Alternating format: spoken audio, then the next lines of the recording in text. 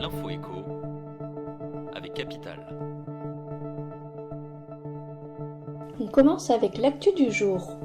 La présentation du projet de loi de finances pour 2023. Un budget protecteur pour les ménages, a expliqué le ministre de l'économie, Bruno Le Maire, face à la presse. Pourtant, aucun mécanisme n'a été prévu par l'exécutif pour contenir la hausse de 7% des bases cadastrales qui s'appliquera au calcul de la taxe foncière l'année prochaine. Une très mauvaise nouvelle pour les propriétaires. En revanche, Bercy a choisi de relever le barème de l'impôt sur le revenu à hauteur de 5,4% pour qu'aucun ménage ne paye davantage d'impôts du fait de l'inflation. Rendez-vous sur notre site pour tout savoir du budget 2023.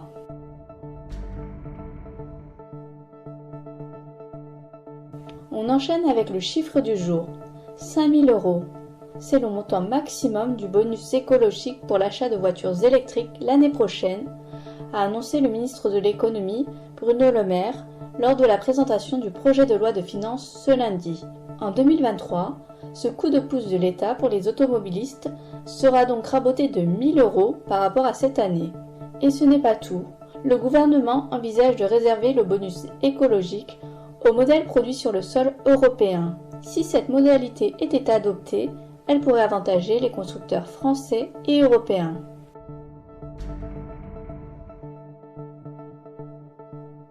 On poursuit avec la bonne nouvelle pour les détenteurs d'un plan d'épargne salariale.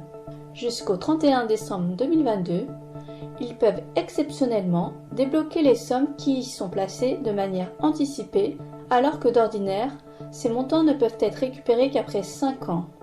Pour bénéficier de cette mesure, votée dans le cadre de la loi sur le pouvoir d'achat du 16 août 2022, certains points sont à connaître.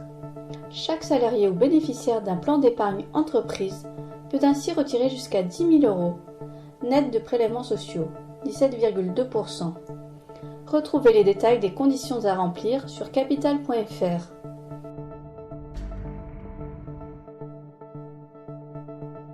On termine avec l'info pratique. Trouver une location dans une grande ville s'avère actuellement compliqué.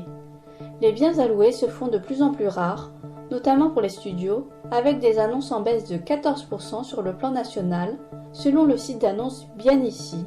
Dans cette conjoncture tendue, Capital donne une série de conseils aux candidats à la location pour booster leur dossier auprès des bailleurs. Il est par exemple impératif d'apporter un dossier complet avec toutes les pièces justificatives lors de la visite, voire d'envoyer ces documents avant la première rencontre, une attention qui rassurera le propriétaire. Découvrez d'autres astuces sur notre site. C'était l'info écho avec Capital.